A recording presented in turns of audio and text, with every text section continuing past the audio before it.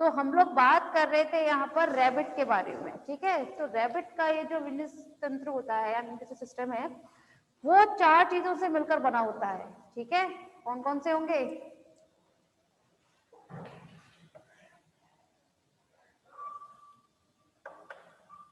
First is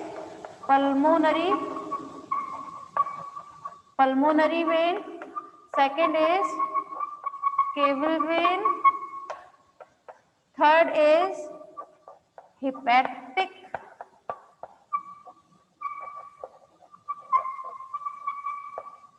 and fourth is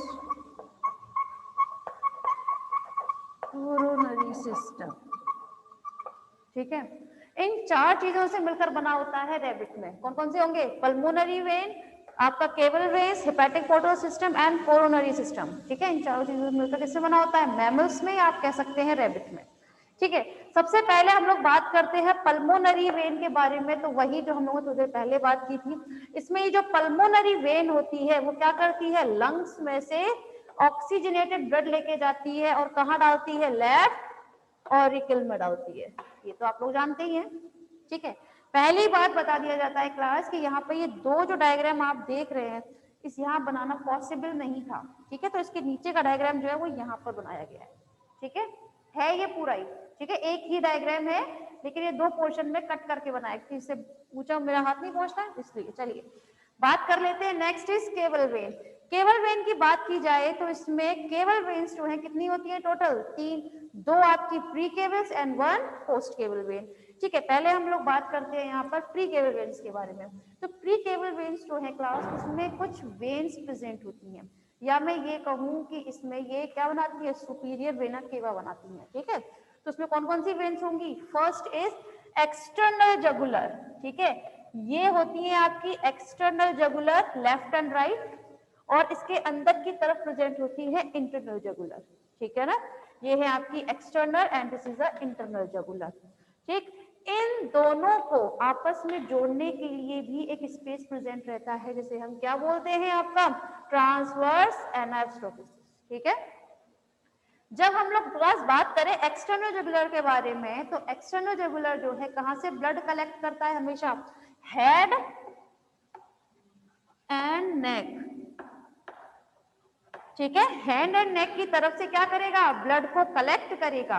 लेकिन जब हम बात करें आपके इंटरनल जगुलर के बारे में, ठीक है, ये इंटरनल जगुलर जो है ये हमेशा से ब्लड कलेक्ट करता है ब्रेन से।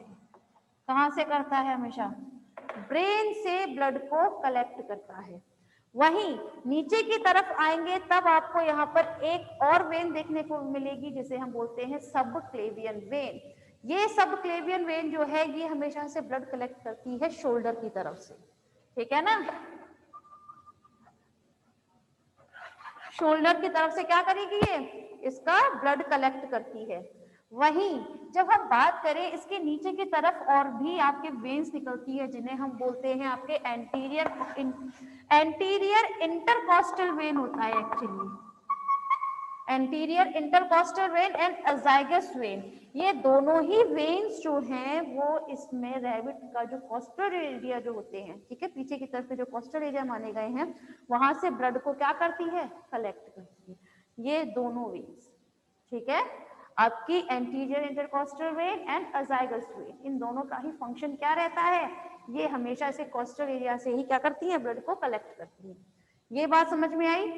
अब हम लोग बात करेंगे क्लास, देखिए केबल वेन में ये जो है केबल वेन यहां से लेकर इसके एंटीरियर पार्ट से लेकर ये पूरा यहां तक सिर्फ और सिर्फ क्या है? केबल वेन ही बनाता है, ठीक है। अभी तक हम लोग क्या करते थे? सिर्फ और सिर्फ हार्ट के ऊपर का जो चीज होती थी हम सिर्फ उन्हीं को मान के चलते थे, that is a pre cable when, ठीक है। लेकिन इसमें आपकी पोस्ट केबल वेन भी तो है, ये पोस्ट केबल वेन, ठीक है।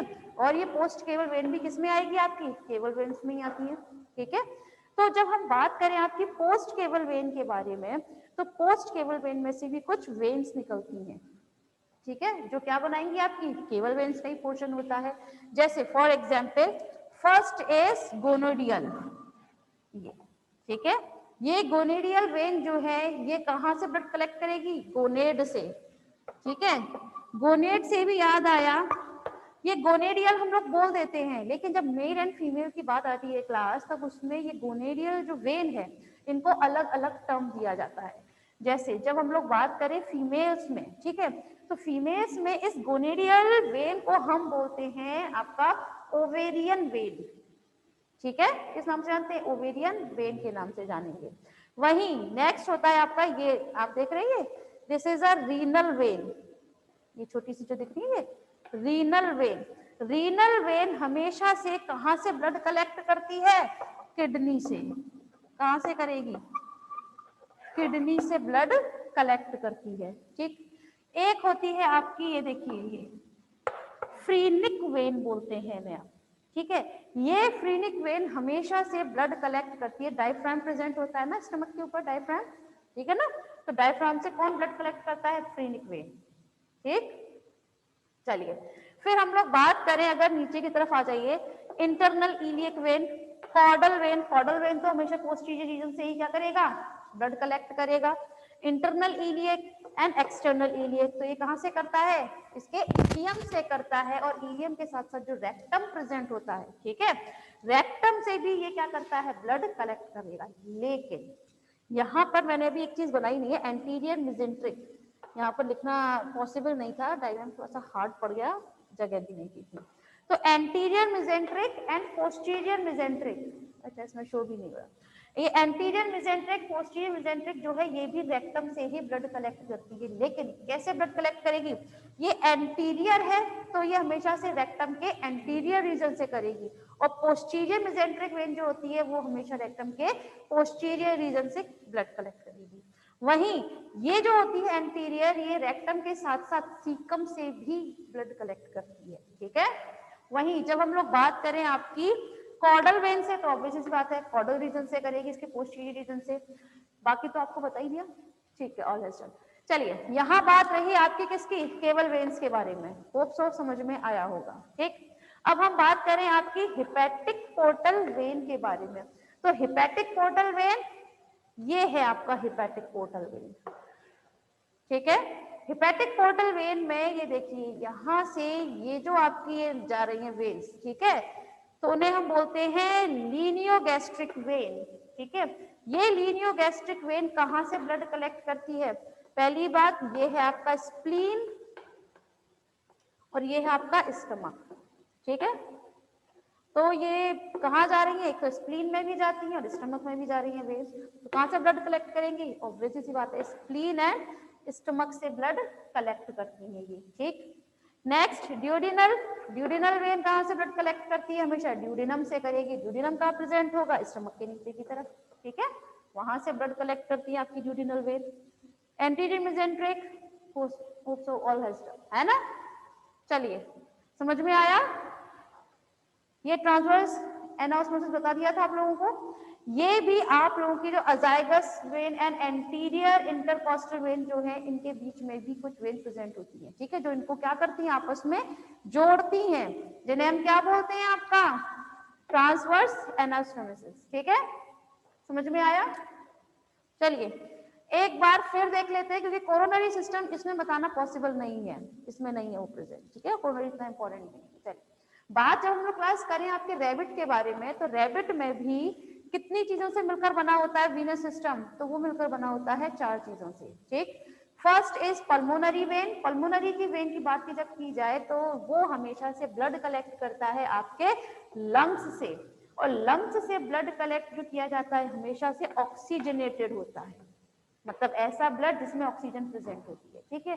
तो ऑक्सीजनेटेड ब्लड को लंग्स से लेता है और कहाँ डालता है? लेफ्ट ऑरिकल में डालता है हमेशा, ठीक। जब हम बात करें केवल वेन्स के बारे में, तो केवल वेन्स हमेशा से किस चीज से मिलकर बनी होती है? दो प्री।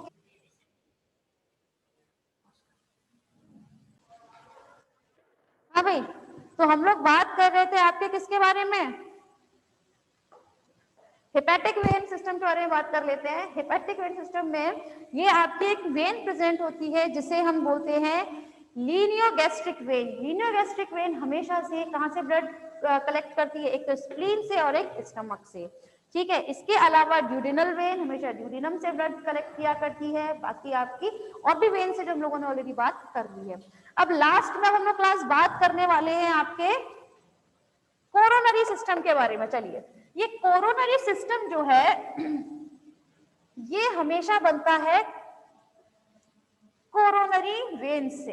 ठीक है, कोरोनरी सिस्टम है तो किससे बनेगा? ये कोरोनरी वेन्स से ही मिलकर बनेगा। ठीक है, और ये कोरोनरी वेन्स जो है ये हमेशा से कहां से ब्लड कलेक्ट करती है? जो हार्ट में, हार्ट वॉल जो होती है उसमें से डीऑक्सीजनेटेड ब्लड को कलेक्ट करती है और वहां से कलेक्ट करने के बाद उस डीऑक्सीजनेटेड ब्लड को हमेशा राइट ऑरिकल में डाल देती है। ठीक है, एक बार फिर बात समझिएगा, कोरोनरी सिस्टम को कौन बनाता है? कोरोनरी वेन्स बनाती हैं। ये कोरोनरी वेन्स हमेशा से हार्ट वॉल, ठीक है, हार्ट वॉल से डीऑक्सीजनेटेड ब्लड को कलेक्ट करती है और डीऑक्सीजनेटेड ब्लड को कलेक्ट करने के बाद उसे कहां डाल देती है? आपके राइट ऑरिकल में।